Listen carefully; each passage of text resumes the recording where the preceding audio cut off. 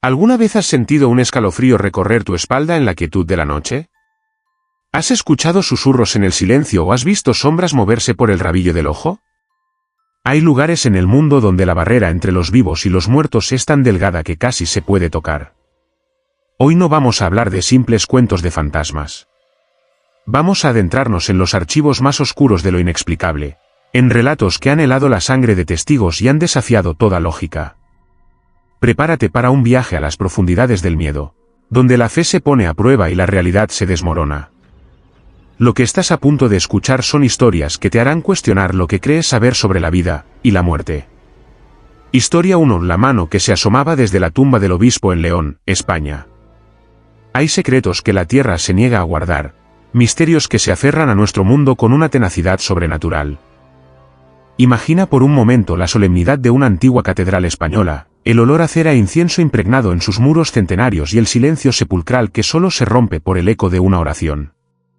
Ahora, imagina que de una de esas tumbas sagradas, algo emerge. No es un espíritu ni un susurro, sino algo tangible, físico y aterrador. Estás a punto de conocer la historia del padre Anselmo, un hombre de fe inquebrantable cuya devoción fue puesta a prueba por una manifestación que desafía toda explicación, una mano descarnada que, año tras año, se alzaba desde la tumba de un obispo, como si buscara algo o a alguien en el mundo de los vivos. El padre Anselmo era un hombre de rutinas. Cada mañana, sus pasos resonaban con una cadencia familiar sobre las frías losas de la Catedral de León. Su vida era un tapiz tejido con misas, confesiones y oraciones, una devoción serena que había mantenido durante más de 40 años. Sin embargo, había un ritual que realizaba con una solemnidad particular, uno que con el tiempo se convertiría en la fuente de su más profundo terror. Cada 2 de noviembre, el día de los fieles difuntos, descendía a la cripta para rezar por el alma del obispo Rodrigo, un prelado del siglo XVII cuya tumba de mármol negro dominaba el centro de la cámara subterránea. La primera vez que ocurrió, Anselmo lo atribuyó al cansancio, a una mala pasada de la luz parpadeante de las velas. Mientras recitaba los salmos por el descanso eterno del obispo, una sombra extraña pareció moverse sobre la lápida. Al mirar de cerca, contuvo el aliento. Entre la pesada losa y su base de piedra, algo asomaba. Era delgado, oscuro y nudoso. Con el corazón martilleándole en el pecho, se acercó y el horror lo paralizó. Eran los dedos de una mano humana. Una mano reseca, apergaminada, de un color pardo y polvoriento, como si hubiera estado arañando la piedra desde dentro durante siglos. Los nudillos estaban blancos por la tensión, los dedos ligeramente curvados, como si intentaran agarrarse a la vida o arrastrar a alguien hacia la muerte. Anselmo retrocedió, tropezando con sus propios pies. El sudor frío perlaba su frente. ¿Era una alucinación? ¿Una broma macabra? Pero la mano seguía allí, inmóvil, terrible en su quietud. Salió de la cripta temblando, cerrando la pesada puerta de roble tras de sí, y no se atrevió a volver hasta el día siguiente. Cuando reunió el coraje para bajar de nuevo, acompañado por el sacristán, la mano había desaparecido. No había rastro de ella, ni la más mínima fisura en el sello de la tumba.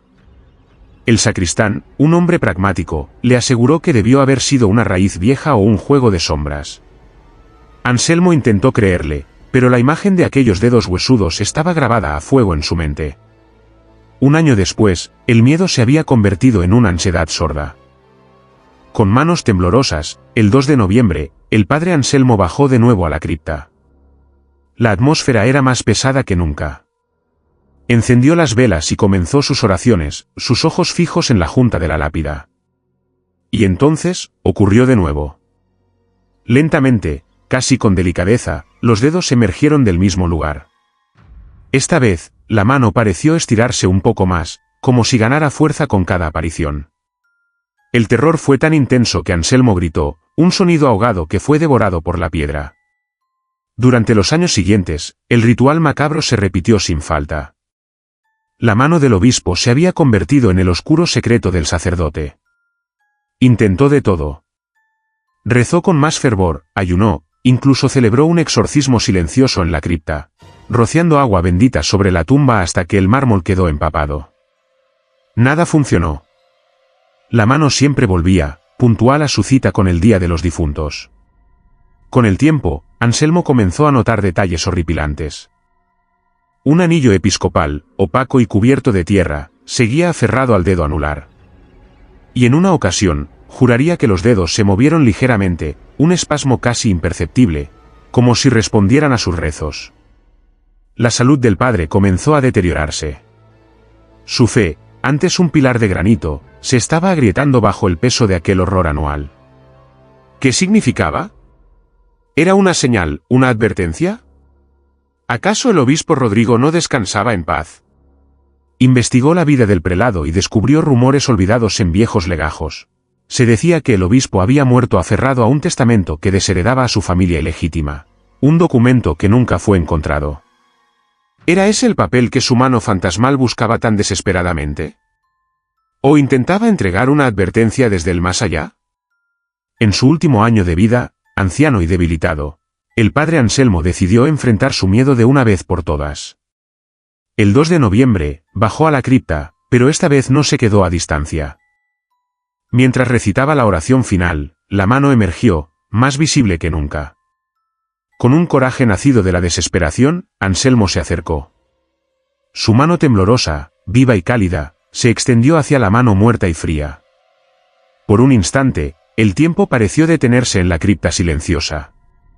Sus dedos estaban a punto de tocar los del obispo cuando un frío glacial, antinatural, lo invadió. La mano se crispó violentamente y se retiró hacia la oscuridad de la tumba con una rapidez imposible, arañando la piedra en su retirada. Un suspiro helado, como el viento invernal, recorrió la cripta. El padre Anselmo fue encontrado a la mañana siguiente, desplomado frente a la tumba, con el rostro pálido y los ojos abiertos por el terror.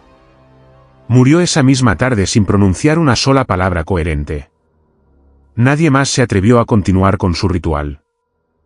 La tumba del obispo Rodrigo permanece sellada, pero los pocos que conocen la historia se preguntan si, cada 2 de noviembre, en la soledad de la cripta, una mano reseca sigue emergiendo, esperando el rezo de un sacerdote que nunca volverá. Si esta historia ha conseguido helarte la sangre, imagínate lo que está por venir. No te pierdas ni un solo escalofrío. Suscríbete al canal y activa las notificaciones. Y si te ha gustado, déjanos un like para que sepamos que quieres más relatos desde el abismo. Historia 2: El féretro que se movió solo en una cripta de Arizona. Hay lugares construidos para albergar el silencio eterno de la muerte, criptas y mausoleos donde se espera que los difuntos descansen en paz. Pero, ¿qué sucede cuando esa paz es perturbada? ¿Qué ocurre cuando las leyes de la física se doblegan ante una fuerza invisible y un objeto tan pesado y sagrado? ¿Cómo un ataúd decide moverse por sí solo? La siguiente historia nos lleva a un desierto árido, bajo el sol implacable de Arizona, a una cripta familiar donde un sacerdote fue el único testigo de un fenómeno tan aterrador como imposible, el lento e inexorable giro de un féretro en el interior de su bóveda sellada. El padre Michael era un hombre práctico, enviado a la pequeña parroquia de San Judas en el corazón del desierto de Sonora no por su elocuencia, sino por su habilidad para arreglar tejados y gestionar las escasas donaciones. El cementerio local era un lugar polvoriento y olvidado, salpicado de cruces de madera y lápidas desgastadas por el viento. En él se alzaba un único mausoleo de mármol blanco, perteneciente a los Thornton, una familia adinerada que había fundado el pueblo un siglo atrás y cuya descendencia se había extinguido hacía décadas. La cripta había permanecido sellada durante más de 50 años, un monumento silencioso al poder y al olvido. Un día, un pariente lejano de los Thornton, un hombre que investigaba su árbol genealógico, solicitó permiso para visitar la cripta. Con la burocracia resuelta, Michael contrató a 2 jornaleros para que le ayudaran a retirar la pesada losa de mármol que sellaba la entrada. El aire que salió del interior era viciado y extrañamente frío, un aliento helado que contrastaba con el calor abrasador del exterior. Dentro, la penumbra reveló 3 sarcófagos de piedra y una bóveda de hormigón sellada, donde reposaba el último miembro de la familia, el coronel Alistair Thornton. El pariente lejano revisó inscripciones, tomó algunas fotografías y se marchó, dejando al padre Michael con la tarea de volver a sellar la cripta. Antes de hacerlo, sintió una extraña curiosidad. Se acercó a la bóveda del coronel, una estructura de cemento con una placa de bronce que rezaba: Alistair Thornton, 1880 a 1965. Todo parecía en orden. Los jornaleros, ansiosos por terminar, volvieron a colocar la pesada losa en su lugar, sellando de nuevo el mausoleo. Michael pensó que ese sería el final del asunto. Se equivocaba. 2 semanas después, una tormenta inusual azotó la región. Un rayo partió un viejo mezquite junto al mausoleo, y una de sus ramas más gruesas cayó sobre el techo, agrietándolo. Preocupado por los posibles daños, el padre Michael fue a inspeccionarlo al día siguiente. El interior del mausoleo estaba intacto, pero el aire se sentía aún más frío que la última vez. Mientras revisaba las paredes en busca de fisuras, su mirada se posó en la bóveda del coronel. Algo no estaba bien. La placa de bronce parecía ligeramente torcida. Al principio, pensó que era un efecto de la luz, pero al acercarse, sintió que un nudo de hielo se formaba en su estómago. La bóveda tenía una pequeña abertura de ventilación cubierta por una rejilla metálica. Impulsado por una premonición terrible, Michael fue a su camioneta a por una linterna potente. Regresó, arrancó la rejilla oxidada y apuntó el haz de luz al interior.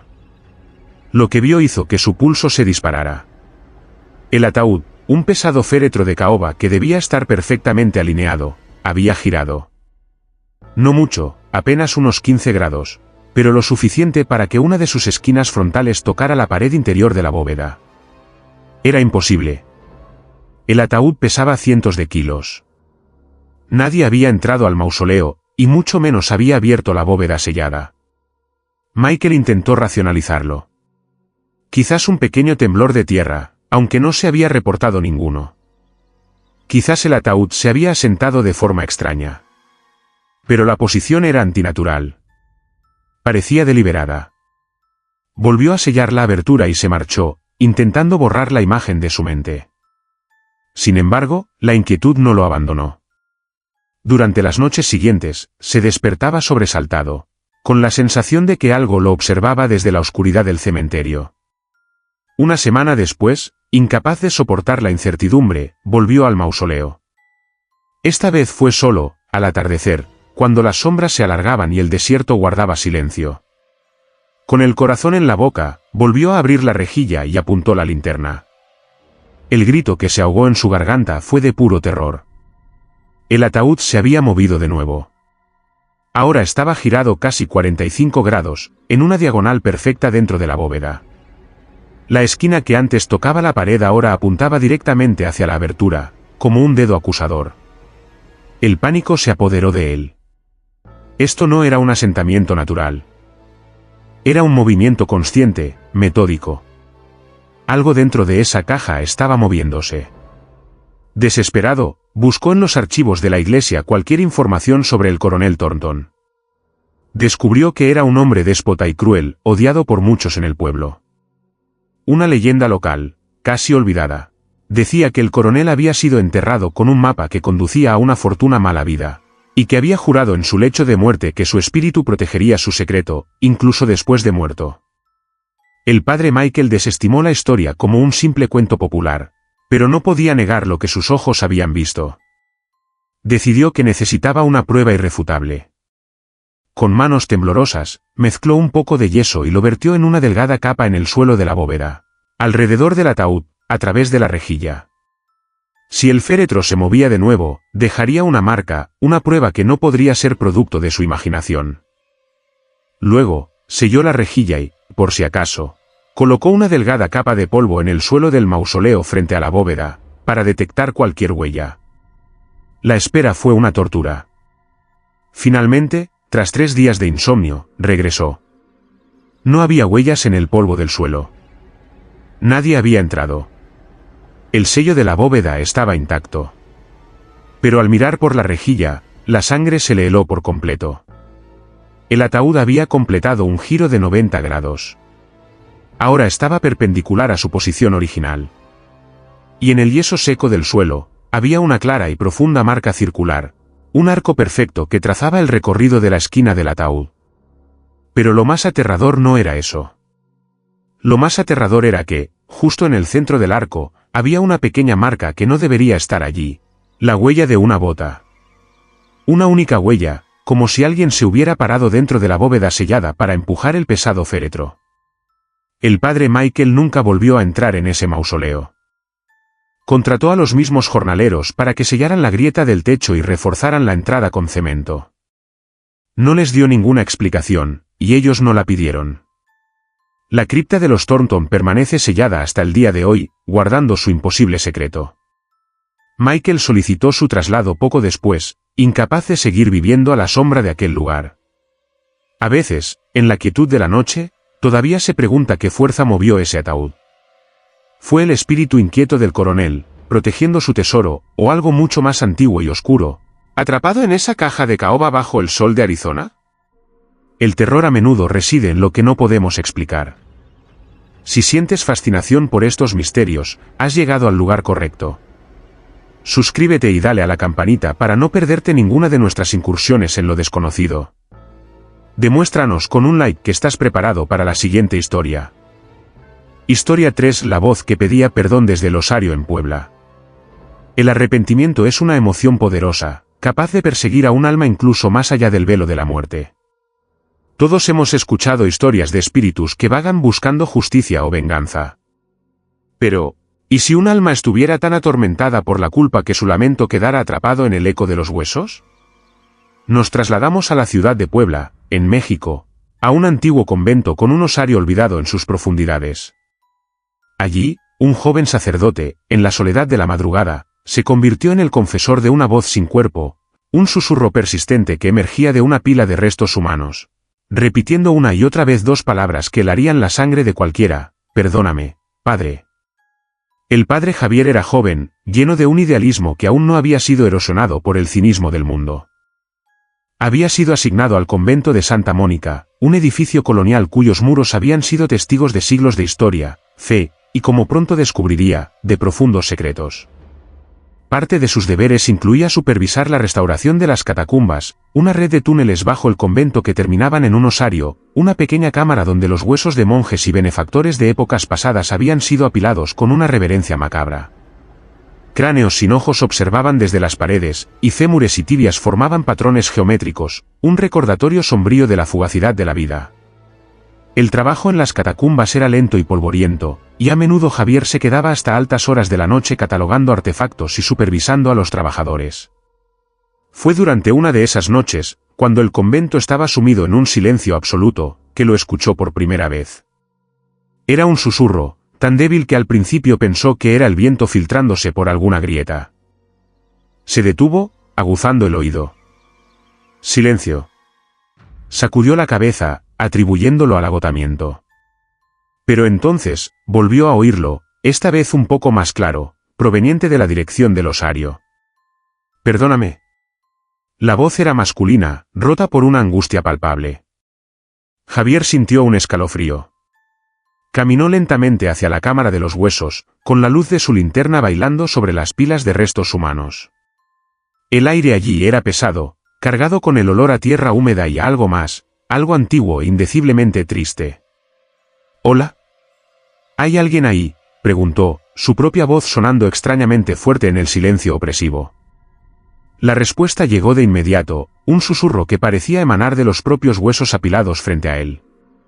Perdóname, padre. El terror se apoderó de Javier. No era el viento. No era su imaginación. La voz era real, íntima, como si alguien le estuviera hablando directamente al oído. Apuntó la linterna a la montaña de cráneos y fémures, esperando ver a alguien escondido, un bromista o un vagabundo. Pero no había nadie. Solo él y los muertos. Huyó de las catacumbas esa noche, con el corazón desbocado y las dos palabras resonando en su mente. Intentó convencerse de que el estrés le estaba jugando una mala pasada. Pero cada vez que tenía que trabajar hasta tarde, la voz volvía. Siempre la misma frase, cargada del mismo dolor. Perdóname, padre. A veces sonaba como un ruego, otras como una confesión desesperada. Javier empezó a temer las madrugadas. El silencio del convento ya no era pacífico, sino expectante, como si contuviera una pena demasiado grande para ser silenciada. Decidió investigar. Pasó días enteros en la biblioteca del convento, revisando antiguos registros y diarios. descubrió la historia de un fraile del siglo XVIII llamado Rodrigo de la Cruz, un hombre conocido por su piedad y su dedicación. Sin embargo, una nota al margen en un viejo libro de cuentas llamó su atención. Hablaba de la gran pena del fraile Rodrigo, mencionando un pecado secreto que lo atormentó hasta el día de su muerte. No había más detalles. Intrigado y asustado a partes iguales, Javier sintió que debía hacer algo. La voz no era agresiva, solo inmensamente triste. Parecía un alma atrapada, buscando la absolución que no encontró en vida. Una noche, armado con su estola y un frasco de agua bendita, bajó al osario. El aire estaba más frío que nunca. Esperó, y como un reloj, el susurro llegó puntual a las 3 de la madrugada, la llamada hora del diablo. «Perdóname, padre». Con voz temblorosa, Javier respondió. «En el nombre de Dios, te escucho.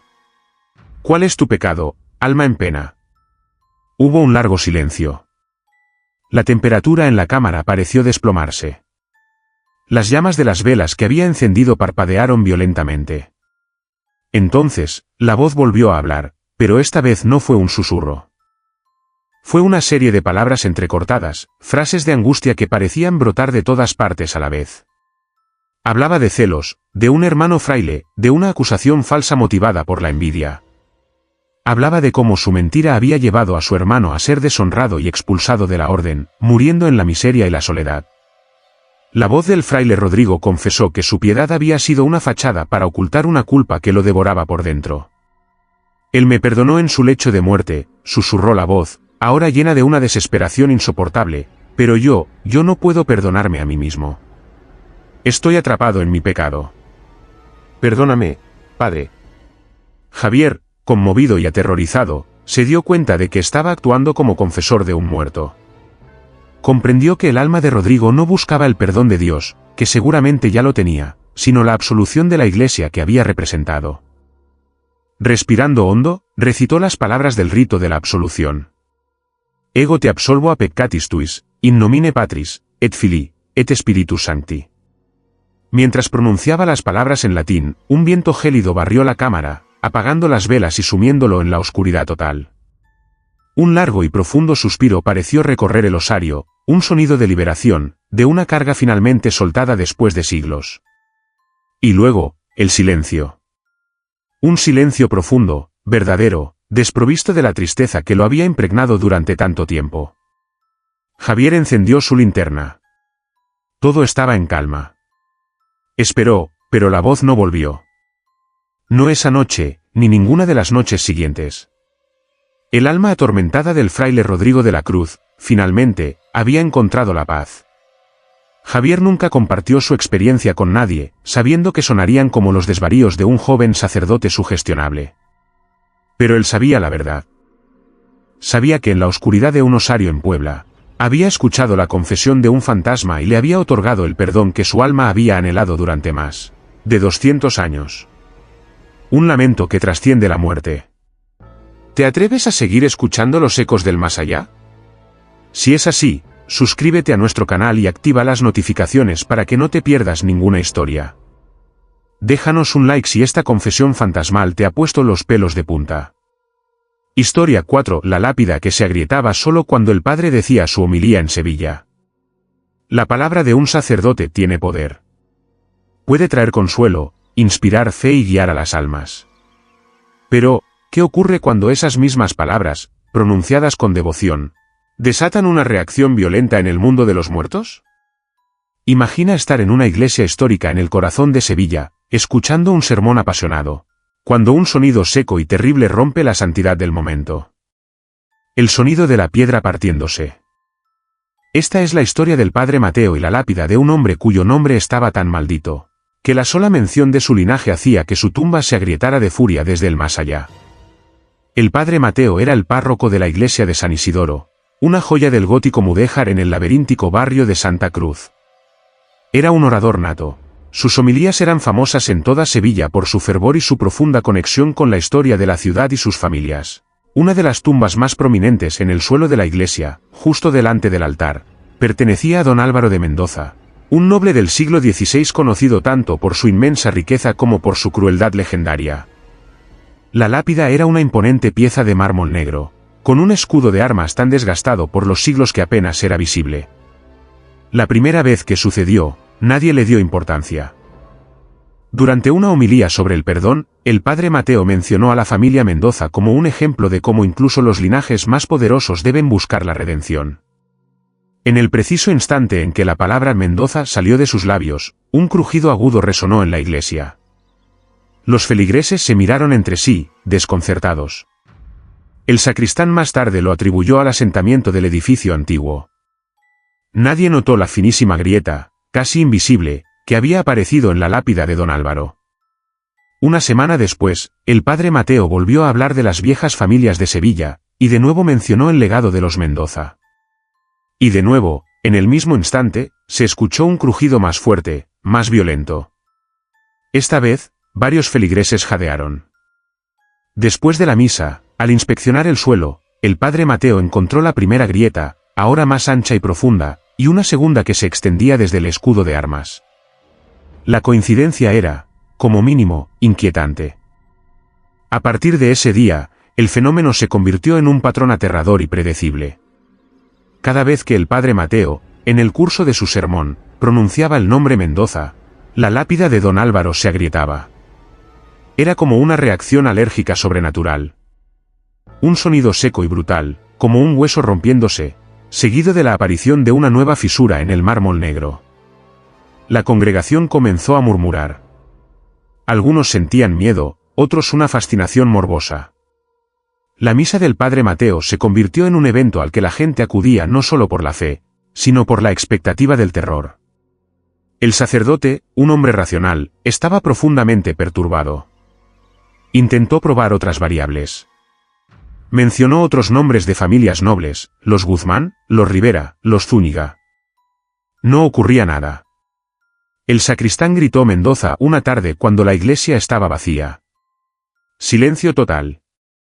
Solo sucedía cuando él, el padre Mateo, pronunciaba el nombre durante la sagrada homilía. Era como si el espíritu de don Álvaro odiara específicamente que su nombre fuera usado desde el púlpito, como si la santidad del sermón profanara su memoria maldita. Intrigado y desesperado por encontrar una explicación lógica, Mateo se sumergió en los archivos diocesanos. Lo que descubrió sobre don Álvaro de Mendoza le heló la sangre. El noble no solo había sido un tirano, sino que también se rumoreaba que practicaba la alquimia y las artes oscuras. Fue excomulgado en secreto poco antes de su muerte por herejía y por hacer un pacto con entidades demoníacas, para asegurar la fortuna de su linaje. Según los textos prohibidos que Mateo encontró, don Álvaro había lanzado una maldición antes de morir, jurando que su poder permanecería atado a su nombre y a su tumba, y que cualquier intento de santificar o redimir su legado sería respondido con violencia desde el infierno. El padre Mateo se enfrentaba a un dilema terrible. La lápida estaba ahora tan agrietada que parecía una telaraña de fracturas. El obispo, enterado de la situación, le ordenó que dejara de mencionar a la familia Mendoza. Parecía la solución más simple. Pero para Mateo, era una claudicación. Significaba que un alma condenada, un hombre que había hecho un pacto con el mal, seguía teniendo poder sobre su iglesia, sobre su palabra. Era una victoria para la oscuridad. Decidió realizar un acto de desafío, un exorcismo público velado en su homilía. El siguiente domingo, la iglesia estaba abarrotada. Se respiraba una tensión casi insoportable. Mateo subió al púlpito, con el corazón latiéndole con fuerza, pero con una determinación férrea. Comenzó su sermón hablando del poder de Cristo sobre todo mal, sobre cómo ninguna maldición puede resistir la fuerza de la redención divina. Sus ojos estaban fijos en la lápida negra. Hay quienes creen que el mal puede anclarse a un nombre, a una familia, dijo con voz potente, que resonaba en cada rincón de la iglesia. Creen que el orgullo y la oscuridad pueden manchar un legado para siempre. Pero yo les digo que ninguna alma está más allá de la gracia de Dios. Ni siquiera la de los peores pecadores de la casa de Mendoza. En el momento en que pronunció la última palabra, no hubo un crujido. Hubo una explosión. Un fragmento de mármol del tamaño de un puño saltó de la lápida con una fuerza increíble, pasando a centímetros de la cabeza del padre Mateo y estrellándose contra el retablo del altar. Los feligreses gritaron, y un pánico generalizado se apoderó de la congregación. El aire se llenó de un olor a azufre y a ozono, y una ráfaga de viento helado barrió la iglesia, apagando varias de las velas del altar. La lápida de don Álvaro de Mendoza se había partido por la mitad. En la profunda fractura, la oscuridad del interior de la tumba parecía mirar hacia arriba, una oscuridad vacía y antinatural. El padre Mateo, pálido pero ileso, se mantuvo firme en el púlpito. Levantó la mano para pedir silencio. «No temáis», gritó por encima del caos. «El poder de Cristo ha roto la maldición». Pero mientras lo decía, no pudo evitar sentir que no era una victoria. Era, en el mejor de los casos, un empate. Había roto la lápida, sí, pero no sabía que había liberado en el proceso. La tumba fue cubierta con una alfombra y eventualmente reemplazada por una losa sin nombre, pero la historia perdura. Se dice que en noches de tormenta, si te acercas a la iglesia de San Isidoro, puedes escuchar el débil sonido de la piedra arañándose bajo el nuevo suelo, como si don Álvaro de Mendoza, furioso, intentara reconstruir su tumba para seguir imponiendo su voluntad maldita desde las profundidades. ¿Puede una palabra desatar la furia de los muertos? Si crees que el poder del más allá es real, estás en el lugar indicado. Suscríbete y activa la campana para no perderte ni un solo relato prohibido. Y si esta historia te ha dejado sin aliento, demuéstralo con un like. Historia 5. El rezo que se repetía en eco desde el fondo del panteón en Sonora. El eco es un fenómeno físico simple, el sonido rebotando en una superficie. Pero, ¿y si el eco no devolviera tu propia voz, sino una versión distorsionada y burlona? ¿Y si respondiera a tus oraciones desde la oscuridad, palabra por palabra, pero con un matiz de inteligencia, de malicia? Nos adentramos en la inmensidad solitaria del desierto de Sonora, en un panteón olvidado donde un sacerdote se enfrentó a un horror acústico, su propia voz, convertida en un eco profano que parecía emanar de las tumbas más lejanas, respondiéndole desde el otro extremo del cementerio. El padre Esteban era un hombre de fe sencilla, asignado a una cadena de misiones remotas que servían a pequeñas comunidades dispersas por el desierto. Uno de sus deberes era visitar y bendecir los cementerios de los pueblos abandonados, lugares donde el tiempo y el sol habían borrado la mayoría de los nombres de las cruces. El panteón de La Ciénaga era uno de los más aislados. Rodeado de colinas resecas y cactus saguaros que se alzaban como centinelas silenciosos, el lugar tenía una atmósfera de profunda soledad. Una tarde, mientras el sol comenzaba a teñir el cielo de naranja y púrpura, Esteban llegó a la ciénaga para realizar sus oraciones por los difuntos. El viento soplaba suavemente entre las lápidas, creando un silbido melancólico. Se paró cerca de la entrada, junto a una cruz de hierro forjado, y comenzó a recitar en voz alta el Salmo 23. El Señor es mi pastor, nada me falta, su voz sonó clara en el aire quieto del atardecer. Esperó un momento, y desde el fondo del cementerio, desde la zona más antigua y decrépita, le llegó la respuesta. Nada me falta. Esteban sonrió. El eco en aquel lugar era sorprendentemente nítido.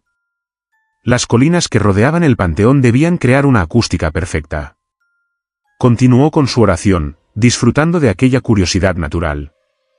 En verdes praderas me hace descansar. El eco respondió, me hace descansar. Pero esta vez, algo fue diferente. La voz del eco parecía tener una ligera inflexión, un matiz que no era el suyo. Sonaba más grave, casi gutural. Lo atribuyó al viento, a la distancia. Siguió rezando, pero una semilla de inquietud había sido plantada en su mente. Llegó al final del salmo. Y en la casa del Señor habitaré por largos días. El eco tardó un segundo más de lo normal en responder. Y cuando lo hizo, la sangre de Esteban se heló. La voz que volvió desde la oscuridad no solo era más grave, sino que sonaba burlona, arrastrando la última palabra. Por largos días. El sacerdote se quedó en silencio, con el corazón martilleándole contra las costillas. El sol ya se había ocultado tras las colinas, y las sombras se alargaban como dedos oscuros entre las tumbas. El viento había cesado por completo. El silencio era absoluto, tenso. «Hay alguien ahí», y gritó, su voz teñida de un nerviosismo que no pudo ocultar. Desde el fondo del panteón, una voz que era una imitación grotesca de la suya, respondió, «¿Hay alguien ahí?». Ya no era un simple eco. Un eco no hace preguntas. Esto era otra cosa. Algo estaba jugando con él, repitiendo sus palabras con una inteligencia perversa. El miedo, frío y paralizante, comenzó a trepar por su espalda. Agarró con fuerza el rosario que colgaba de su cuello y comenzó a rezar el Ave María, esta vez en un murmullo apresurado. Dios te salve, María, llena eres de gracia. Y desde la oscuridad, el murmullo se le unió, superponiéndose al suyo, como un coro infernal. Llena eres de gracia, el Señor es contigo. La voz parecía divertirse, saboreando cada palabra sagrada con una ironía blasfema. Esteban dejó de rezar, aterrado. La voz imitadora también se calló. Era como un juego macabro. Él hablaba, y la cosa respondía. Se dio cuenta de que no estaba solo. Había una presencia en ese cementerio, una entidad que se burlaba de su fe, usando su propia voz como arma. Decidió que debía marcharse de inmediato.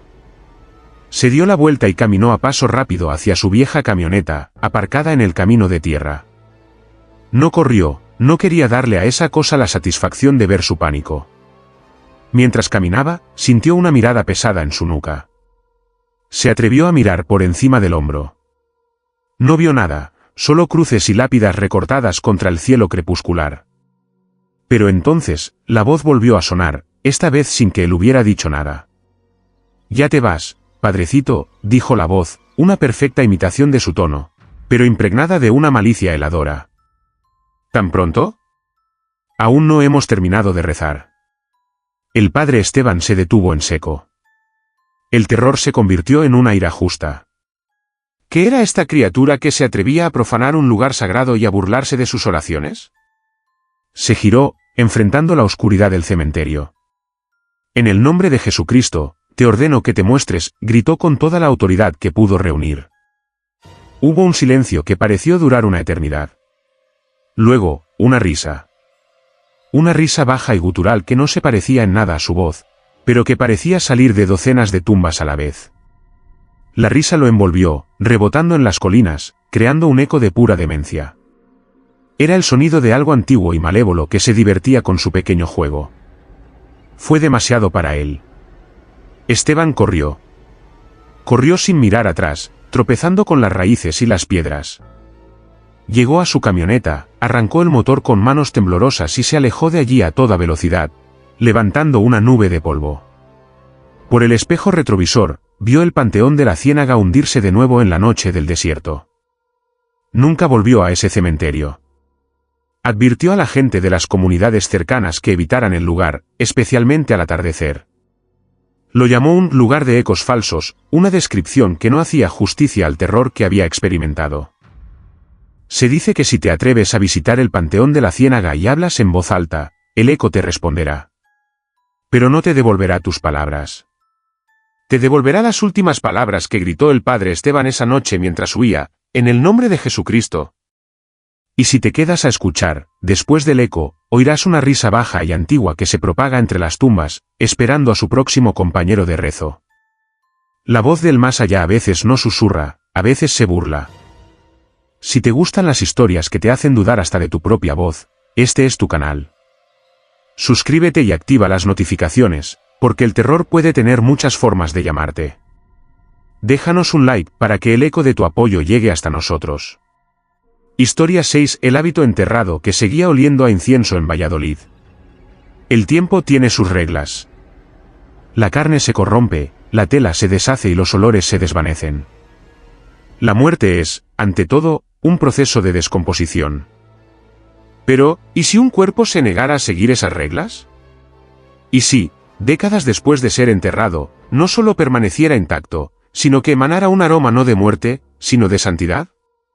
Viajamos a Valladolid, España, a las catacumbas de un monasterio donde la exhumación de un fraile reveló un milagro imposible y perturbador. Su cuerpo, y el simple hábito que lo cubría, seguían oliendo a incienso fresco, como si acabara de salir de la misa mayor. Fray Benito había sido una leyenda en el monasterio de San Joaquín. Un hombre de una piedad tan intensa que se decía que podía hacer florecer las rosas en invierno con solo rezar sobre ellas. Murió a principios del siglo XX, y su pérdida fue llorada por toda la comunidad. Fue enterrado con la simple túnica franciscana que había vestido durante toda su vida, en un nicho sin adornos en las criptas del monasterio, como era la costumbre. Su memoria, con el paso de las décadas, se fue convirtiendo en una historia piadosa que los novicios escuchaban de los monjes más ancianos. 80 años después de su muerte, el monasterio necesitaba hacer espacio en sus abarrotadas criptas. Se tomó la decisión de exhumar algunos de los restos más antiguos para trasladarlos a un osario común. Entre ellos, estaba el nicho de Fray Benito. El padre Alejandro, el abad del monasterio, supervisó la tarea, realizada por dos jóvenes monjes. Era un trabajo sombrío, pero necesario. Cuando los monjes retiraron la losa de ladrillo que sellaba el nicho, un olor inesperado llenó el pasillo subterráneo. No era el olor rancio y terroso de la muerte y la descomposición que esperaban. Era una fragancia intensa, dulce y balsámica. Un olor inconfundible para cualquier hombre de la iglesia, era el aroma del incienso, del tipo más puro que solo se usaba en las ceremonias más solemnes como la Pascua o la Navidad. Era el olor de una iglesia nueva, de una celebración sagrada. Perplejos, los monjes se miraron. El padre Alejandro se acercó, y la fragancia se hizo más fuerte a medida que se aproximaba al nicho abierto. Provenía del interior. Con una mezcla de asombro y aprensión, ordenó a los monjes que sacaran el ataúd de madera simple. La caja estaba deteriorada por la humedad, pero cuando la abrieron, los tres hombres retrocedieron con una exclamación ahogada. El cuerpo de Fray Benito estaba incorrupto. Su piel, aunque pálida y seca, no mostraba signos de putrefacción. Sus manos estaban cruzadas sobre el pecho, aferrando un rosario de madera. Pero lo más asombroso era su hábito. La tosca tela de lana marrón estaba perfectamente conservada, sin una sola rotura, sin una mancha de moho. Y era de ese hábito de donde emanaba la abrumadora fragancia a incienso. Era como si la túnica hubiera estado empapándose en el humo sagrado durante los últimos 80 años. El padre Alejandro, aunque atónito, pensó que estaba presenciando un milagro, el llamado olor de santidad, que se asocia con los cuerpos de los santos. La noticia se extendió discretamente por el monasterio. Se decidió mantener el cuerpo de Fray Benito en una capilla privada para su estudio y veneración. Los días pasaron, y el fenómeno se volvió aún más extraño. El olor no disminuía. Al contrario, a veces se intensificaba, llenando toda la capilla. Los monjes notaron que el aroma era más fuerte durante las horas de oración, como si el cuerpo o el hábito reaccionaran a los rezos. Sin embargo, el joven hermano Mateo, un novicio que ayudaba a cuidar la capilla, comenzó a notar algo más.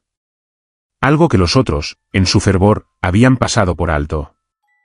El olor, aunque era de incienso, tenía un matiz extraño, una nota subyacente que le resultaba vagamente inquietante. Y a veces, cuando se quedaba solo en la capilla por la noche, tenía la sensación de que no estaba solo. Sentía una presencia fría, observadora, que no parecía en absoluto santa. Una noche, mientras velaba el cuerpo, Mateo se quedó dormido en un banco. Se despertó sobresaltado por un sonido. Era un susurro, el roce de una tela áspera contra la piedra. Abrió los ojos y vio una silueta de pie junto al féretro abierto. Era un monje, pero su rostro estaba oculto en la profunda sombra de su capucha. Mateo pensó que era el padre Alejandro. «Padre», susurró. La figura no respondió. Lentamente, alzó una mano y la posó sobre el pecho de Fray Benito. En ese instante, la fragancia a incienso se intensificó hasta volverse sofocante, casi asfixiante. A través del olor abrumador, Mateo percibió esa otra nota, la que le inquietaba, y finalmente la reconoció, era olor a ceniza, a algo quemado. La figura encapuchada se giró lentamente hacia él. No había rostro bajo la capucha, solo una oscuridad profunda y vacía. El pánico se apoderó de Mateo. Quiso gritar, pero el miedo le había robado la voz. La figura dio un paso hacia él, y el olor a incienso y ceniza lo envolvió como una mortaja. Mateo cerró los ojos, esperando lo peor. Cuando los abrió de nuevo, estaba solo. La primera luz del alba se filtraba por el vitral. El cuerpo de Fray Benito yacía inmóvil como siempre. Pero el olor en la capilla había cambiado. El incienso seguía allí, pero ahora la nota de ceniza era mucho más pronunciada, como el olor que queda después de un gran incendio. Atemorizado, Mateo corrió a contarle al padre Alejandro lo que había visto. El abad, aunque escéptico, accedió a examinar el cuerpo de Fray Benito más de cerca. Esta vez, no se centraron en el milagro de su conservación, sino que buscaron algo más. Con mucho cuidado, desabrocharon el cuello del hábito. Y lo que encontraron debajo hizo que ambos retrocedieran horrorizados. Alrededor del cuello de Fray Benito, grabada en su piel incorrupta como una cicatriz oscura, había una marca. Un símbolo. No era una cruz ni ningún signo cristiano. Era un antiguo sigilo alquímico, un símbolo asociado con la preservación antinatural y los pactos oscuros. De repente, todo cobró un sentido terrible. Fray Benito no era un santo. Su piedad había sido una máscara. La incorruptibilidad de su cuerpo y el aroma de su hábito no eran un milagro divino, sino el resultado de un ritual blasfemo. No olía a incienso por su santidad, sino porque el incienso, usado en rituales de purificación, era lo único que mantenía a raya la verdadera naturaleza corrupta que se aferraba a su alma y a su cuerpo. La figura que Mateo había visto no era un guardián, sino el propio espíritu de Benito, o algo peor atraído por su pacto, velando para que su secreto no fuera descubierto. El cuerpo de Fray Benito fue retirado de la capilla esa misma noche. Fue enterrado de nuevo, esta vez en tierra no consagrada, fuera de los muros del monasterio, tras un rito de exorcismo. Se dice que mientras lo enterraban, el hábito finalmente comenzó a desintegrarse, liberando una última y abrumadora bocanada de incienso y ceniza, antes de convertirse en polvo. El milagro se había revelado como una profanación, un recordatorio de que a veces, las cosas que parecen más santas pueden ocultar la más profunda de las oscuridades. Hay secretos que ni la tumba puede ocultar. Si te atraen las historias donde la santidad y el horror se entrelazan, asegúrate de suscribirte y activar las notificaciones. No querrás perderte lo que se esconde bajo el hábito. Dale un like si el olor a incienso nunca volverá a parecerte el mismo. Historia 7. La mujer sin rostro que entregó un rosario al padre en Michoacán. Los caminos rurales de Michoacán, México, están llenos de leyendas y apariciones. Son lugares donde lo sagrado y lo pagano a menudo caminan de la mano al caer la noche. Pero ninguna historia prepara a un hombre, ni siquiera a uno de fe, para encontrarse cara a cara con lo imposible. Imagina conducir por una carretera solitaria en plena madrugada y encontrarte con una figura que desafía toda descripción, una aparición que te ofrece un regalo sagrado con un gesto que te helará el alma para siempre. Esta es la historia de un sacerdote que recibió un rosario de manos de una mujer que no tenía rostro. El padre Gabriel servía en una pequeña parroquia en las afueras de Pátzcuaro. A menudo, tenía que viajar de noche por carreteras sinuosas y mal iluminadas para atender a los enfermos en rancherías remotas. Era un hombre valiente, acostumbrado a la soledad de esos caminos. Pero una noche de noviembre, durante la época en que la frontera entre el mundo de los vivos y los muertos se siente más permeable por el Día de Muertos, su valentía fue puesta a la prueba definitiva. Regresaba de dar la extremaunción a un anciano. La niebla, densa y lechosa, se aferraba al asfalto, obligándolo a conducir a una velocidad exasperantemente lenta. Las luces de su viejo coche apenas lograban cortar el velo blanco que lo envolvía todo. De repente, vio una figura de pie en la orilla de la carretera. Era una mujer, vestida con un rebozo oscuro que le cubría la cabeza y parte del cuerpo. Su silueta era apenas visible en la niebla. Gabriel redujo la velocidad, pensando que necesitaba ayuda. Era peligroso estar allí a esas horas. Detuvo el coche a su lado y bajó la ventanilla. «Buenas noches, señora. ¿Se encuentra bien? ¿Necesita ayuda?» La mujer no respondió. Permaneció inmóvil, con la cabeza ligeramente inclinada hacia abajo, de modo que su rostro quedaba oculto por la sombra del rebozo. En el silencio, Gabriel solo escuchaba el motor de su coche y el latido de su propio corazón. Una extraña sensación de irrealidad comenzó a invadirlo. El aire se sentía pesado, cargado de una electricidad estática. «Señora», insistió, «¿puedo llevarla a algún lugar?» Lentamente, como en un sueño, la mujer levantó una mano. No era una mano pidiendo ayuda. Era una mano que ofrecía algo. Entre sus dedos pálidos y delgados, sostenía un rosario. Era un rosario de cuentas negras, de madera, con una sencilla cruz de plata. La mano se extendió hacia él, invitándolo a tomarlo. Gabriel dudó. Algo en la quietud de la mujer, en su silencio absoluto, le provocaba un profundo desasosiego. Pero era un sacerdote, y rechazar un objeto sagrado ofrecido de esa manera se sentía como una falta de respeto, casi un sacrilegio. Además, la mujer podría ser simplemente una devota que reconocía su alzacuellos.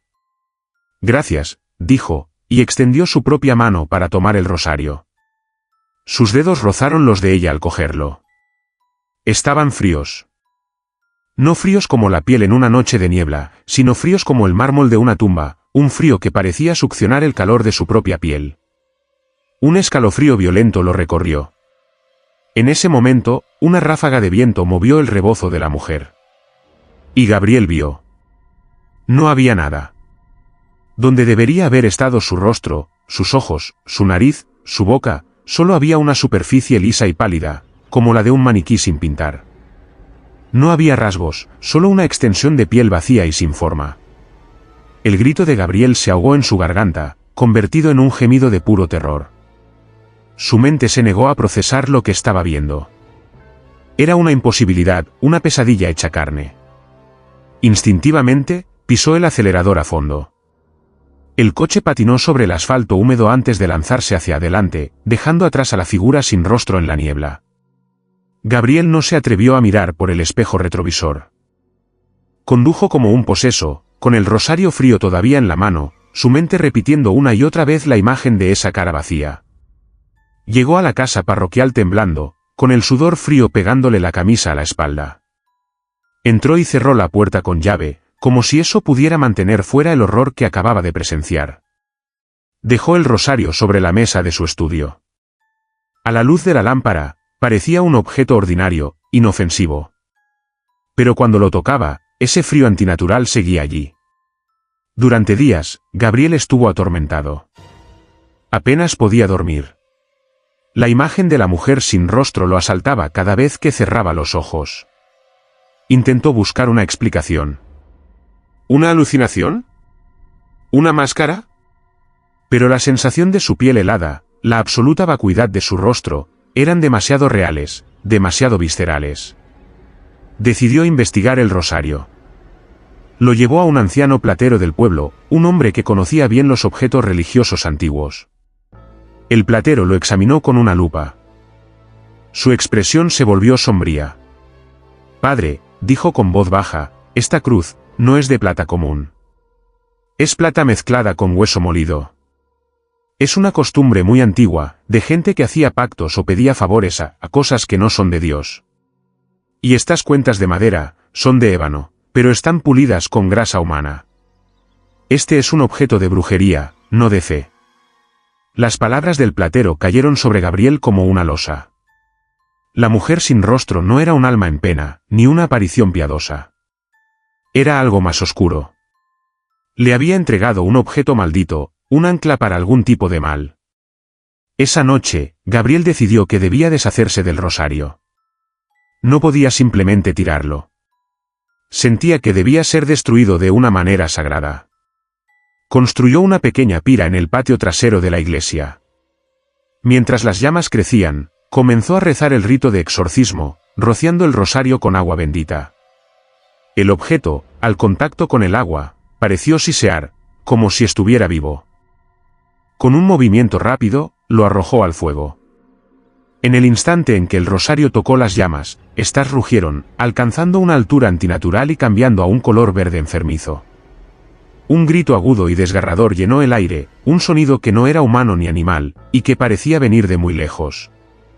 El humo que se elevaba del fuego no olía a madera quemada, sino a carne corrupta y a desesperación. Y por un segundo, dentro de las llamas danzantes, Gabriel juró que vio la forma de un rostro vacío, contorsionándose en agonía antes de disolverse en la nada. Cuando el fuego se extinguió, no quedó nada. Ni cenizas, ni restos de la cruz. El rosario simplemente se había desvanecido. El frío antinatural abandonó el patio, y por primera vez en días, el padre Gabriel sintió que podía respirar de nuevo. Nunca volvió a ver a la mujer sin rostro en la carretera, Pero la memoria de esa cara lisa y la sensación de su piel helada lo acompañarían por el resto de su vida. Un recordatorio de que a veces, el mal no tiene un rostro monstruoso, sino que se presenta con la aterradora ausencia de uno. Algunos regalos es mejor no aceptarlos. Si te gustan las historias que te encuentran en los caminos más solitarios, suscríbete y activa las notificaciones. Nunca sabes qué puede estar esperando en la siguiente curva. Déjanos un like si esta historia te ha dejado con la sensación de que alguien te observa desde la niebla. Historia 8 del ataúd que goteaba agua bendita en Illinois. El agua bendita es un sacramental, un símbolo de purificación y protección contra el mal. Se usa para bendecir, para limpiar y para alejar las presencias oscuras. Pero, ¿qué sucede cuando un objeto asociado con la muerte, como un ataúd, comienza a producir su propia agua bendita? ¿Es un milagro, una señal de santidad, o algo mucho más extraño e inquietante? Nos dirigimos a una pequeña ciudad rural de Illinois, durante un funeral sombrío, donde un féretro comenzó a gotear un líquido que olía a incienso y rosas, desconcertando a todos los presentes y convirtiendo un acto de duelo en un evento sobrenatural. El padre Frank era el tipo de sacerdote que había visto de todo en sus 30 años de servicio. Había oficiado bodas alegres, bautizos esperanzadores y, por supuesto, innumerables funerales. El funeral de la señora Eleanor Vance no parecía que fuera a ser diferente. Era una mujer anciana, piadosa, querida por la pequeña comunidad de St. Joseph. Murió pacíficamente mientras dormía. Su funeral se llevó a cabo en una fría mañana de otoño en la iglesia local. El ataúd, un modelo sencillo de roble, estaba cerrado y colocado frente al altar. La iglesia estaba llena de familiares y amigos que habían venido a presentar sus respetos. El padre Frank comenzó la misa fúnebre, su voz resonando con la familiar cadencia de la liturgia. Todo transcurría con normalidad hasta que llegó el momento de la bendición final del cuerpo. Mientras se acercaba al féretro con el hisopo de agua bendita, notó algo extraño. Un pequeño charco se estaba formando en el suelo de baldosas, justo debajo del ataúd. Al principio, pensó que podría ser una gotera del techo o que alguien había derramado un jarrón de flores. Pero al mirar más de cerca, vio que el líquido goteaba directamente de la madera del ataúd. Gotas claras y brillantes se formaban en la parte inferior del féretro y caían al suelo con un ritmo lento y constante. El monaguillo que lo acompañaba también lo vio, y su rostro se tornó pálido. El padre Frank, tratando de mantener la compostura, continuó con el ritual. Roció el ataúd con el agua bendita de su acetre. En el bautismo, Eleanor recibió la señal de la cruz, dijo, su voz firme a pesar de la creciente confusión en su mente. Que ahora reciba la plenitud de la vida eterna. Fue entonces cuando el goteo se intensificó. Las gotas se convirtieron en un chorrito constante. Y un aroma delicado comenzó a llenar el aire alrededor del ataúd. No era el olor dulzón y empalagoso de las flores del funeral. Era un aroma a incienso de iglesia y a rosas frescas, un olor asociado con visiones marianas y milagros. Los familiares en la primera fila comenzaron a murmurar. Podían ver el charco extendiéndose y percibir la extraña fragancia. Una mujer mayor, la sobrina de Eleanor, se santiguó con ojos llorosos y susurró, «Es un milagro». Tía Eleanor era una santa. El padre Frank no estaba tan seguro. Había leído sobre el olor de santidad, pero nunca sobre un ataúd que llorara agua perfumada. Era desconcertante. Terminó la misa lo más rápido y dignamente que pudo. Cuando los portadores del féretro se acercaron para levantarlo, dudaron al ver el suelo mojado. «Tengan cuidado, está resbaladizo», advirtió Frank. Cuando levantaron el ataúd, el goteo cesó momentáneamente. Pero en cuanto lo inclinaron para sacarlo de la iglesia, el líquido volvió a brotar, esta vez de las juntas de la tapa. Dejaron un rastro húmedo por el pasillo central de la iglesia. La congregación los seguía, algunos con asombro, otros con miedo. El aroma a rosas e incienso se hizo más fuerte, impregnando todo el templo. En el cementerio, la situación se volvió aún más surrealista. Mientras bajaban el ataúd a la fosa, el goteo continuó, formando un charco en el fondo de la tierra recién cavada. Algunos de los presentes, convencidos de que era un milagro, se arrodillaron y mojaron las puntas de sus dedos en el líquido que goteaba del ataúd, llevándoselos a la frente como si fuera agua de Lourdes. El padre Frank, sin embargo, sentía una profunda inquietud. Eleanor había sido una buena mujer, sí, pero ¿una santa? Había algo en todo aquello que no encajaba. La manifestación era demasiado ostentosa. Demasiado física. Los milagros verdaderos, en su experiencia, solían ser más sutiles. Después del entierro, habló con el director de la funeraria, un hombre llamado Bill, que parecía tan desconcertado como él. Frank, en 40 años en este negocio, nunca he visto nada igual, dijo Bill, secándose el sudor de la frente a pesar del frío.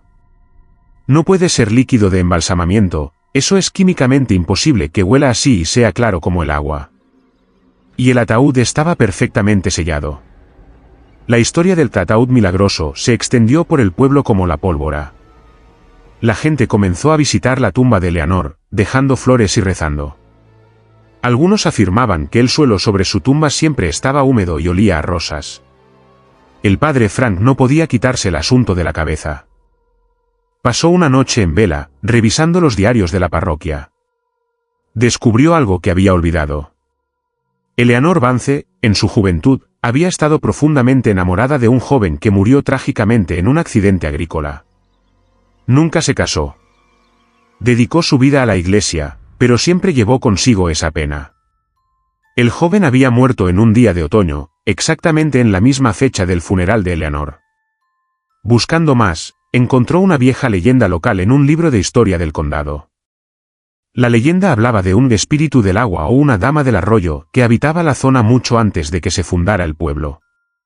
Se decía que esta entidad a veces se aferraba a las almas de aquellos que morían con un gran amor no correspondido o una profunda tristeza, y manifestaba su presencia a través del agua y los aromas florales, no como un acto de santidad, sino como una forma de reclamar el alma para sí misma, para que no estuviera sola. Un escalofrío recorrió al padre Frank. Era posible que no estuvieran presenciando un milagro cristiano, sino una manifestación pagana, mucho más antigua. El inmenso y duradero amor de Eleanor por su prometido perdido había atraído a esta entidad en el momento de su muerte. El agua bendita y el olor a incienso no serían entonces una señal del cielo, sino una imitación, un disfraz inteligente de algo que no era divino en absoluto. Una forma de engañar a los creyentes, de alimentarse de su devoción. Nunca pudo probarlo. La tumba de Eleanor Vance sigue siendo un lugar de peregrinación local. La gente sigue hablando del milagro. Pero el padre Frank, cada vez que pasa por el cementerio y percibe un vago aroma a rosas en el aire, se santigua. No por devoción, sino por protección. Porque sabe que el agua puede purificar, pero también puede ser el velo que oculta profundidades que la fe apenas puede comprender, y que no todos los milagros vienen del cielo. A veces, las señales divinas pueden ser un disfraz. Si te fascinan las historias que desdibujan la línea entre el milagro y la maldición, suscríbete y activa la campana. Hay muchos misterios esperando ser desenterrados. Dale un like si estás de acuerdo en que no todo lo que huele a santo, lo es. Historia 9. El niño que rezaba en latín junto a las tumbas en Navarra. La voz de un niño rezando debería ser un sonido de inocencia y consuelo. Pero, ¿y si esa voz infantil se escucha en la más absoluta soledad de un cementerio a medianoche? ¿Y si las palabras que recita no son las sencillas oraciones de un niño, sino un latín arcaico y perfecto, un idioma que ningún niño de hoy en día debería conocer? Nos adentramos en las brumosas colinas de Navarra, España, donde un sacerdote atormentado por su pasado se encontró con el eco espectral de una devoción infantil que trascendía las barreras del tiempo y la muerte. El padre Iker no era un hombre feliz. Había solicitado su traslado a la remota parroquia de Ochagavía, en los Pirineos navarros, buscando la paz que no podía encontrar en la ciudad. Lo perseguía el recuerdo de un accidente, un momento de distracción que le había costado la vida a su sobrino pequeño, Mateo, años atrás. La culpa era una sombra que se ceñía a él, y el silencio de las montañas parecía el único lugar donde podía acallar los ecos de su memoria. El cementerio de la parroquia era antiguo. Un lugar de lápidas cubiertas de musgo y cruces de piedra inclinadas por el paso de los siglos. Iker a menudo paseaba por allí por la noche, encontrando un extraño consuelo en la compañía silenciosa de los muertos. Fue durante uno de esos paseos, bajo una luna pálida que se asomaba entre las nubes, cuando lo escuchó por primera vez.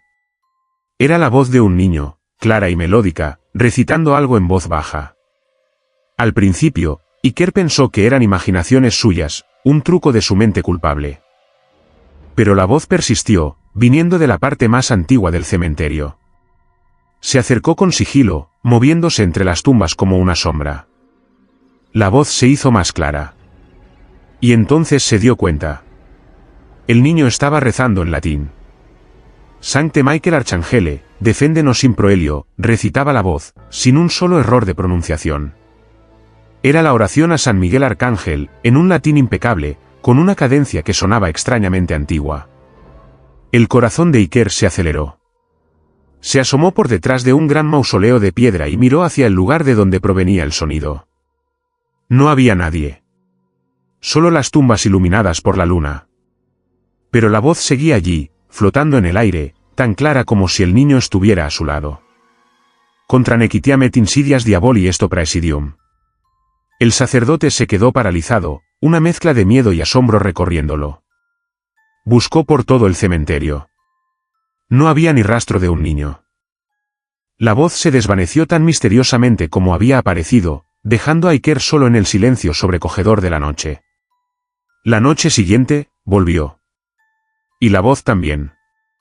A la misma hora, en el mismo lugar. Esta vez recitaba el Confiteor. Confiteor de Omnipotenti, Beatae Maria Semper Virgini.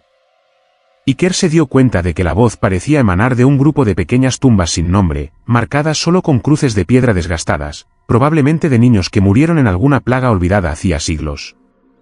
Durante semanas, el ritual nocturno continuó.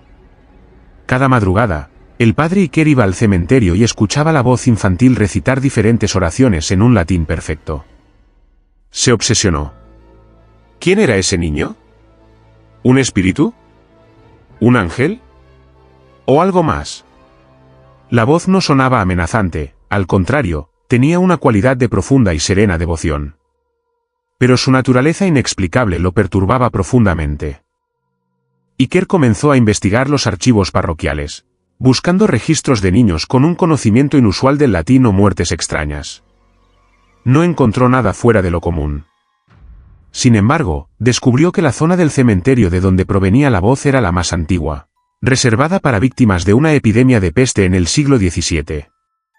Una noche, mientras escuchaba el Pater Noster recitado por la voz invisible, Iker sintió un impulso abrumador. Decidió responder. Cuando la voz dijo, Etene nos inducas in tentationem, él continuó en voz alta, sed libéranos a malo. Amén. En el instante en que sus palabras se unieron a las del niño, el aire se volvió helado. La voz infantil se detuvo abruptamente. Hubo un silencio denso y pesado. Y entonces, un susurro, justo detrás de él. ¿Quién eres tú? La voz ya no rezaba. Ahora le hablaba directamente, y estaba tan cerca que Iker sintió un aliento frío en su nuca. Se giró de golpe. No había nadie. Soy el padre Iker, respondió con voz temblorosa al aire vacío. Yo soy Josu, susurró la voz. He estado rezando por las almas de mi familia. Murieron solos. Iker sintió una punzada de compasión que superó su miedo. ¿Por qué rezas en latín, Josu? Es el único idioma que escuché en la iglesia. El único que conoce Dios, respondió la vocecita con una lógica infantil y aplastante. A partir de esa noche, Iker ya no era solo un oyente. Se convirtió en un compañero de oración. Cada noche, iba al cementerio y rezaba junto a la voz de Josu. Aprendió que Josu había sido un niño monaguillo que murió en la peste junto a toda su familia. Su espíritu, atado por el amor y el deber, se había quedado para rezar por ellos, para asegurarse de que no fueran olvidados en el más allá. Su inocencia lo había protegido de cualquier corrupción, convirtiéndolo en un guardián espectral del cementerio. Poco a poco, las conversaciones y oraciones con Josu comenzaron a sanar al padre Iker. La devoción pura e inquebrantable de aquel niño fantasma le enseñó sobre el perdón y la aceptación. Hablando con Josu sobre la pérdida de su familia, Iker finalmente encontró la fuerza para hablar de su propia pérdida, de su sobrino Mateo. Por primera vez en años, confesó su culpa en voz alta, no a un confesor, sino a un espíritu infantil en un cementerio navarro. Una noche, después de rezar juntos el Requiem aeternam, la voz de Josu sonó diferente. Sonaba cansada, pero en paz. Mi familia ya no está sola, padre, susurró. Tú has rezado por ellos. Ya puedo irme a descansar. ¿Te irás?, preguntó Iker, sintiendo una extraña punzada de tristeza. Mi labor ha terminado, dijo la voz, ahora más débil. Gracias, Iker. Ahora tú debes perdonarte a ti mismo. Mateo te espera. Y con esas palabras, la presencia se desvaneció. El aire recuperó su temperatura normal. Iker esperó, pero la voz de Josu no volvió. No esa noche, ni ninguna de las siguientes. El silencio había regresado al cementerio, pero ya no era un silencio opresivo, sino uno lleno de paz. El padre Iker se quedó en Ochagavía. Encontró la redención que buscaba, no en la soledad, sino en la comunión con un alma perdida. A veces, por la noche, todavía pasea por el cementerio. Y aunque ya no escucha la voz, a veces, cuando el viento sopla entre las tumbas antiguas, le parece oír el eco lejano de una oración en latín, un recordatorio de que la fe y el amor son más fuertes que la muerte, y de que incluso en los lugares más oscuros, la inocencia puede brillar. La inocencia puede ser tan aterradora como la malicia cuando viene del otro lado. Si te atraen las historias que exploran los misterios de la fe y el más allá, suscríbete y activa las notificaciones. Cada historia es una oración a lo desconocido. Y si este relato te ha conmovido, déjanos un like. Historia 10: La puerta del mausoleo que se abría sola al escuchar el Padre Nuestro en Texas. Las oraciones son llaves. Llaves que abren las puertas del cielo, que consuelan el alma y que, se supone, nos protegen de la oscuridad. Pero, ¿y si una oración, la más conocida y sagrada de todas, se convirtiera en la llave para abrir una puerta que debería permanecer cerrada para siempre? ¿Qué pasa cuando el Padre Nuestro no invoca a Dios, sino que despierta a los muertos? Esta es la historia de un sacerdote en Texas que fue testigo de cómo la pesada puerta de hierro de un mausoleo se abría sola, sin viento ni manos, cada vez que escuchaba la oración del Señor. El padre Damián era nuevo en el pequeño pueblo de Terlingua, Texas, un lugar polvoriento en la frontera con el desierto de Chihuahua. El cementerio del pueblo era un mosaico de culturas, con cruces católicas junto a tumbas adornadas al estilo mexicano. En el centro del cementerio se erigía un imponente mausoleo, construido por un ranchero alemán inmensamente rico y solitario llamado Frederick Steiner, que había muerto a finales del siglo XIX. El mausoleo era una estructura de granito oscuro, con una pesada puerta de hierro forjado adornada con extraños símbolos que no parecían del todo cristianos. La leyenda local decía que Steiner era un hombre severo y sin Dios, y que el mausoleo era más una fortaleza para su ego que un lugar de descanso. Damián, como parte de sus deberes, solía caminar por el cementerio al atardecer, rezando por las almas que allí descansaban. Una tarde, mientras pasaba frente al mausoleo de Steiner, comenzó a recitar el Padre Nuestro en voz alta. Padre nuestro, que estás en el cielo, santificado sea tu nombre. Mientras pronunciaba las palabras, escuchó un sonido metálico, un chirrido largo y agudo. Se detuvo y miró hacia el mausoleo. La pesada puerta de hierro, que él sabía que estaba cerrada con un candado oxidado, se había movido. Estaba entreabierta, apenas unos centímetros, creando una línea de oscuridad impenetrable en su interior. El corazón de Damián dio un vuelco. Se acercó con cautela. El candado seguía en su sitio, pero la tranca del interior parecía haberse retirado. Pensó que debía ser el viento, aunque no soplaba ni la más mínima brisa. Empujó la puerta para cerrarla. Se movió con un quejido de protesta y encajó en su marco con un golpe sordo. Se aseguró de que estuviera bien cerrada y, algo inquieto, continuó su camino. Al día siguiente, volvió a pasar por el mausoleo. La puerta estaba cerrada. Escéptico, decidió probar algo. Se paró a la misma distancia y comenzó a rezar el Padre Nuestro de nuevo, en el mismo tono de voz. Venga a nosotros tu reino, hágase tu voluntad en la tierra como en el cielo. Y ocurrió de nuevo. El mismo chirrido agudo, y la puerta de hierro se abrió lentamente, unos centímetros, como si una mano invisible la estuviera empujando desde dentro. Esta vez, Damián sintió un miedo genuino. Esto no era una coincidencia. La puerta reaccionaba a la oración. Probó con otras oraciones. El Ave María, el Credo, varios salmos. No pasó nada. La puerta permaneció cerrada. Solo se abría con el Padre Nuestro.